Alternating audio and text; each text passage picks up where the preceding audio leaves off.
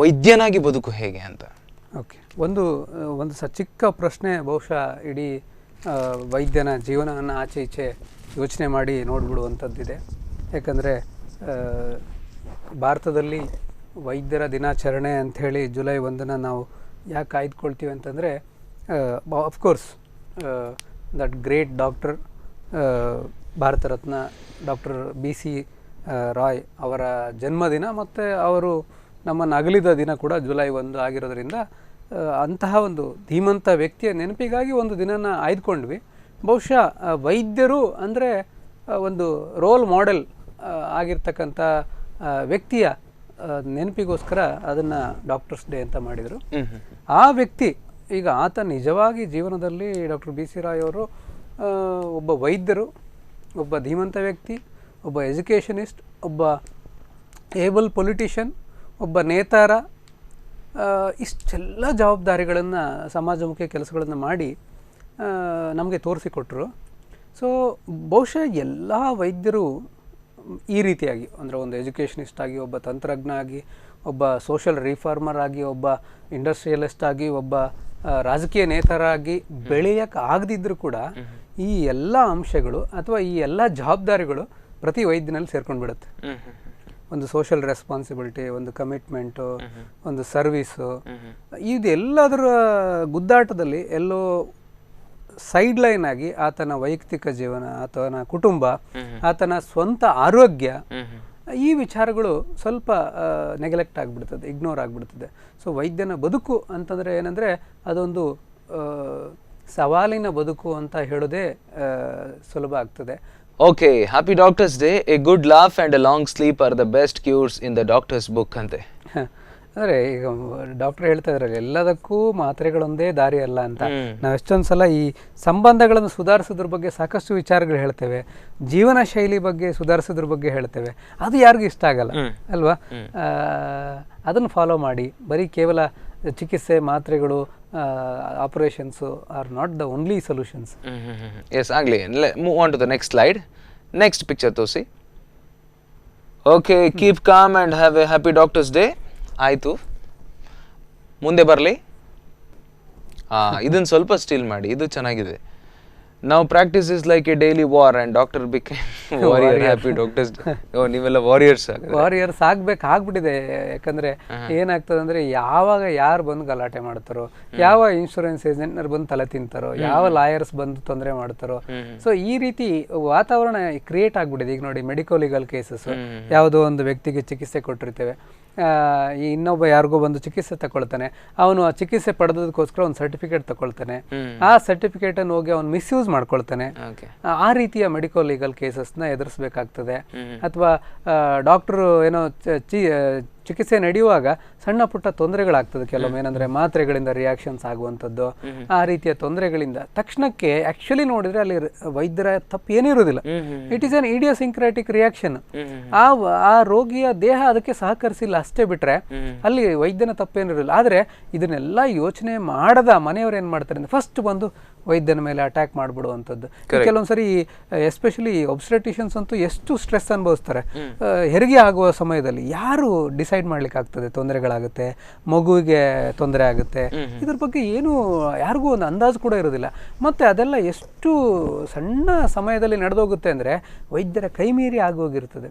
Bleeding ಆಗಿಬಿಡುತ್ತೆ, ಒಳಗಡೆ ಇನ್ನೇನೋ ತೊಂದರೆಗಳಾಗ್ಬಿಡುತ್ತೆ, ಮಿದುಳಿನಲ್ಲಿ ಬ್ಲೀಡಿಂಗ್ ಆಗಿಬಿಡುತ್ತೆ. ಸೊ ಆವಾಗ ಯಾರ ಕೈ ಮೀರಿ ಹೋದಂಥ ವಿಚಾರಗಳನ್ನ ಬಿಟ್ಟು ಡಾಕ್ಟ್ರ್ ಮೇಲೆ ಅಟ್ಯಾಕ್ ಮಾಡುವಂಥದ್ದು, ಡಾಕ್ಟ್ರಿಗೆ ಯೋಚನೆ ಮಾಡೋಕ್ಕೂ ಅವಕಾಶ ಕೊಡೋದಿಲ್ಲ, ಹಾಗೆ ಆಗಿಬಿಡುತ್ತೆ. ಮತ್ತು ರೈಸಿಂಗ್ ಕಾಸ್ಟ್, ಈಗ ನೋಡಿ ಎಲ್ಲ ಕಡೆ ಖರ್ಚುಗಳು ಜಾಸ್ತಿ ಆಗ್ತಾ ಇರ್ತದೆ. ಇಲ್ಲಿ ವೈದ್ಯರ ಫೀಸು, ಫಾರ್ ಎಕ್ಸಾಂಪಲ್ ವೈದ್ಯರ ಫೀಸು ಒಂದು 50 ರೂಪಾಯಿ ಇದೆ ಅಂತ ಇಟ್ಕೊಳ್ಳೋಣ. 10 ವರ್ಷದಿಂದನೂ ವೈದ್ಯರ ಫೀಸ್ 50 ರೂಪಾಯಿ ಇರಬೇಕು, 5 ರೂಪಾಯಿ ಜಾಸ್ತಿ ಆಗಬಾರ್ದು.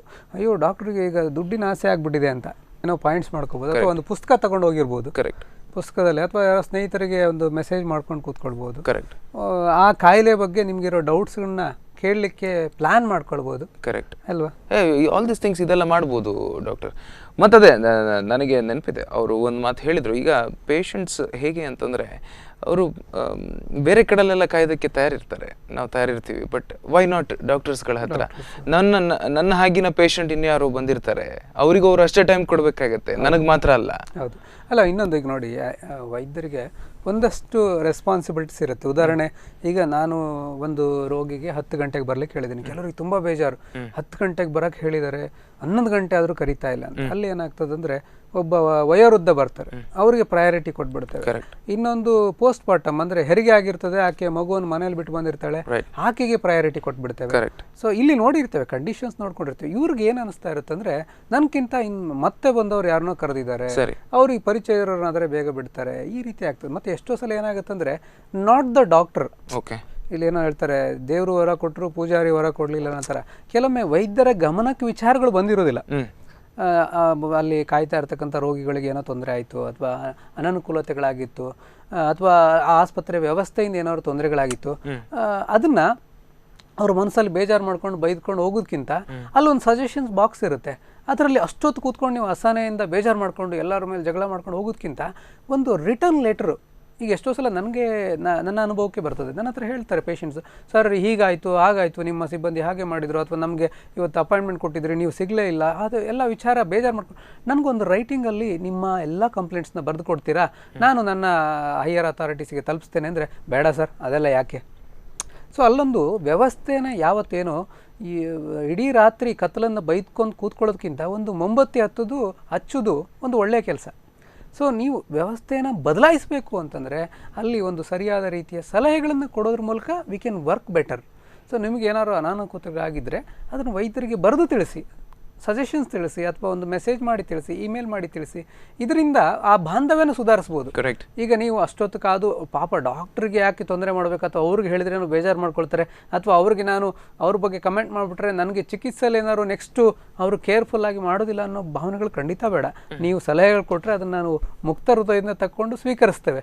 ಮತ್ತು ನಮ್ಮಲ್ಲಿ ಇನ್ನಷ್ಟು ಬದಲಾವಣೆಗಳು ಅಂದರೆ ರೋಗಿ ಮತ್ತು ವೈದ್ಯರ ಬಾಂಧವ್ಯ ಸುಧಾರಿಸಿ ನಿಮ್ಮ ಕಾಯಿಲೆಗಳಲ್ಲಿ ಗುಣಮುಖತೆ ಕಾಣಿಸ್ಲಿಕ್ಕೆ ಸಾಧ್ಯವಾಗೋಷ್ಟು ಖಂಡಿತ ಪ್ರಯತ್ನ ಮಾಡ್ತೇವೆ. 1 tablet daily, be happy and be healthy. ಟ್ಯಾಬ್ಲೆಟಲ್ಲಿ ಪೇಷನ್ಸ್ ಮತ್ತು ಸೆಲ್ಫ್ ಬಿಲೀಫ್ ಎರಡು ಮಿಕ್ಸ್ ಆಗಿದ್ರೆ ತುಂಬ ಒಳ್ಳೆಯದು. ಎಲ್ಲಿ ಸಿಗುತ್ತೆ ಇದು? ನಿಮ್ಮಲ್ಲಿ ಪೇಷನ್ಸ್ ಇರಲಿ, ಅಂದರೆ ನಿಮ್ಮ ಕಾಯಿಲೆ ಬಂದಿದೆ, ಆ ಕಾಯಿಲೆ ಸರಿ ಹೋಗ್ತದೆ, ಅದಕ್ಕೆ ತನ್ನದೇ ಆದಂಥ ಲಕ್ಷಣಗಳು ಇರುತ್ತೆ. ಈಗ ನೋಡಿ, ಒಂದು ವಾರ ಕೋರ್ಸ್ ಇರುತ್ತೆ, ಒಂದು 6 ತಿಂಗಳದ್ದು ಕೋರ್ಸ್ ಇರುತ್ತೆ, 1 ವರ್ಷದ ಕೋರ್ಸ್ ಇರುತ್ತೆ. ಅದಕ್ಕೊಂದು ತಾಳ್ಮೆ ಇದ್ದರೆ ಖಂಡಿತವಾಗಿ ಗುಣ ಬರುತ್ತೆ. ನಿಮ್ಮಲ್ಲಿ ಬಿಲೀಫ್ ಇರಲಿ, ನಿಮಗೆ ನಂಬಿಕೆ ಇರಲಿ, ಮುಖ್ಯವಾಗಿ ನಿಮ್ಮ ಚಿಕಿತ್ಸೆ ನೀಡ್ತಾ ಇರ್ತಕ್ಕಂಥ ವೈದ್ಯರಲ್ಲಿ ಕೂಡ ನಂಬಿಕೆ ಇರಲಿ. ಎಷ್ಟೋ ಸಲ ಏನಾಗಿದ್ರೆ ಇಲ್ಲಿ ಹೋಗಿ ಕೇಳೋದು, ಒಂದು ಅಭಿಪ್ರಾಯ ಕೇಳೋದು, ಅಲ್ಲಿಂದ ಮತ್ತೆ ಇನ್ನೊಂದು ಅಭಿಪ್ರಾಯ ಕೇಳಲಿಕ್ಕೆ ಇನ್ನೊಂದು ಡಾಕ್ಟರ್ ಹತ್ರ ಹೋಗೋದು. ಡಾಕ್ಟ್ರೆ ಅವ್ರ ಹತ್ರ ಹೋಗಿದ್ವಿ, ಅವ್ರು ಈ ಥರ ಮಾತ್ರೆ ಕೊಟ್ಟಿದ್ದಾರೆ, ನಮಗನ್ನಿಸ್ತು ನಿಮ್ಮ ಹತ್ರ ಕೇಳೋದು ಬೆಟ್ರು ಅಂತ, ಯಾಕಂದರೆ ನಮ್ಮ ಮನೆ ಪಕ್ಕದವ್ರು ಹೇಳಿದರು ನೀವು ದೊಡ್ಡ ಡಾಕ್ಟ್ರು ಅಂತ. ಅವ್ರು ನೋಡಿ ಅವ್ರು ಅಷ್ಟು ಓದ್ಕೊಂಡಿಲ್ಲ, ಅವ್ರು ಬರೀ MBBS ಅಂತ. ಆ ಡಾಕ್ಟ್ರದ್ದು ಒಪಿನಿಯನ್ ತಗೊಳ್ಳೋದು, ಅದನ್ನು ಬಿಟ್ಕೊಂಡು ಮತ್ತೆ 3ನೇ ಡಾಕ್ಟ್ರ್ ಹತ್ರ ಹೋಗೋದು. ಅಲ್ಲಿ ಹೋಗಿ ನೋಡಿ ಡಾಕ್ಟ್ರೆ ಅವ್ರು ಈ ಥರ ಮಾತ್ರೆ ಕೊಟ್ಟರು, ಹೇಳ್ತಾರೆ ಇಂಥದ್ದೆಲ್ಲ ಕೊಡಬಾರ್ದಂತಲ್ಲ, ಅದಕ್ಕೆ ನಾವು ಅವೆರಡು ತಗೊಳ್ಳೋಲ್ಲ, ನಿಮ್ಮನ್ನು ಕೇಳಿ ತಗೊಳ್ಬೇಕು ಅಂತ ಇದ್ದೀವಿ. ಸೊ ನಂಬಿಕೆ ಇಲ್ಲದ ಮೇಲೆ ನೀವು ಎಷ್ಟು ಜನ ಡಾಕ್ಟರ್ಸ್ನ ಮೀಟ್ ಮಾಡಿದರೂ ಕೂಡ ಕಾಯಿಲೆ ಗುಣ ಆಗೋದಿಲ್ಲ. ಕಾಯಿಲೆಯಲ್ಲಿ ಮುಖ್ಯವಾದ ಕೆಲಸ ಆಗ್ತಿರೋದೇ ನಂಬಿಕೆಯಿಂದ. ಆ ನಂಬಿಕೆಯ ರೋಲ್ ನಂತರ ಮೆಡಿಸಿನ್ಸ್. ಅದಕ್ಕೋಸ್ಕರ ನಿಮಗೆ ಮುಖ್ಯವಾದ ಮಾತ್ರೆ ಏನಂದರೆ ತಾಳ್ಮೆ ಮತ್ತು ಸೆಲ್ಫ್ ಬಿಲೀಫ್. ನಂಬಿಕೆ ಕಳ್ಕೊಬೇಡಿ. ಓಕೆ, ಮುಂದಿನ ಪಿಕ್ಚರ್ ತೋರಿಸಿ. ಇದು ವೈದ್ಯ ದೇವರೆಂದು. ವೈದ್ಯ ನಿನ್ನನ್ನು ನಾವು ಸಮೀಪಿಸಿದಾಗ ದೇವರೆಂದು, ಚಿಕಿತ್ಸೆ ಆರಂಭಿಸಿದಾಗ ದೇವಮಾನವನೆಂದು, ಚಿಕಿತ್ಸೆ ಫಲಿಸಿದಾಗ ಸಾಮಾನ್ಯ ಮನುಜನೆಂದು, ಆಮೇಲೆ ನಮ್ಮನ್ನ ಕೇಳಿದಾಗ ದನದಾಹಿ ಎಂದು, ಕೊಲೆಗಡುಕನೆಂದು, ಹೊಗಳಿಕೆಗೆ ಏನ್ ಹೇಳೋಣ ಸಮಚಿತ್ತ. ಅಂದ್ರೆ ವೈದ್ಯನನ್ನ ಚಿಕಿತ್ಸೆ ನೀಡಿದಾಗ, ಅವನು ತೊಂದರೆನ ಸರಿಪಡಿಸಿದಾಗ ಅವನು ದೇವಮಾನವಾಗ್ಬಿಡ್ತಾನೆ. ಅಥವಾ ಚಿಕಿತ್ಸೆ ಆವಾಗ ಪ್ರಾಣಾಂತಿಕ ಭಯ ಇದ್ದಾಗ ದೇವಮಾನವ, ಏನಾದರೂ ಮಾಡಿ ಉಳಿಸಿ ಡಾಕ್ಟ್ರ್, ಎಷ್ಟು ಬೇಕಿದ್ರೆ ಖರ್ಚಾಗಲಿ ಅಂತ. ಅದು ಸರಿ ಹೋದ್ಮೇಲೆ ಅಯ್ಯೋ ಸಣ್ಣ ತೊಂದರೆ ಇತ್ತಪ್ಪ, ಅದಕ್ಕೆ ಅವ್ರು 20,000 ಚಾರ್ಜ್ ಮಾಡಿಬಿಟ್ರು, ಆವತ್ತಿಗೆ ಎಷ್ಟು ಬೇಕಿರೋ ಖರ್ಚು ಮಾಡ್ತೀನಿ. ನಂತರ ಏನಾಗ್ತದೆ ಅಂದರೆ ಅವ್ನಿಗೇನೋ ತೊಂದರೆ ಆಯಿತು, ಆ ಜೀವ ತೊಂದರೆ ಆಯಿತು, ಅವತ್ತು ಗೊತ್ತಿತ್ತು ಏನಂದರೆ ಇದು ಉಳಿಬೋದು, ಇಲ್ಲ ಡಾಕ್ಟ್ರ್ ಏನು ಮಾಡ್ತಾರೆ ಅನ್ನೋ ಥರ ಆಗಿತ್ತು. ನಂತರ ಅವನು ಕೊಂದುಬಿಟ್ಟ, ನಮ್ಮನ್ನು ಮಗನ ಕೊಂದುಬಿಟ್ಟ, ನನ್ನ ತಂದೆಯನ್ನು ಕೊಂದುಬಿಟ್ಟ ಅಂತ ಅವನು ಕೊಲೆಗಡಕನಾಗಿ. ಇಂಥದ್ದೆಲ್ಲ ಒಂದು ಕಡೆ ಅಪ್ರಿಸಿಯೇಷನ್ಸು, ಒಂದು ಕಡೆ ನಮ್ಮ ಮೇಲೆ ಅಕ್ಯುಸೇಷನ್ಸು, ಇಂಥದ್ದೆಲ್ಲ ಆಗ್ತಾಯಿದ್ರೆ ಅಲ್ಲಿ ಸಮಚಿತ್ತನಾಗಿ ಬದುಕಿ ಮತ್ತೆ ನಮ್ಮ ವೃತ್ತಿನ ಮುಂದುವರಿಸಬೇಕಾಗಿರೋಂಥ ಪರಿಸ್ಥಿತಿ ಇದೆ.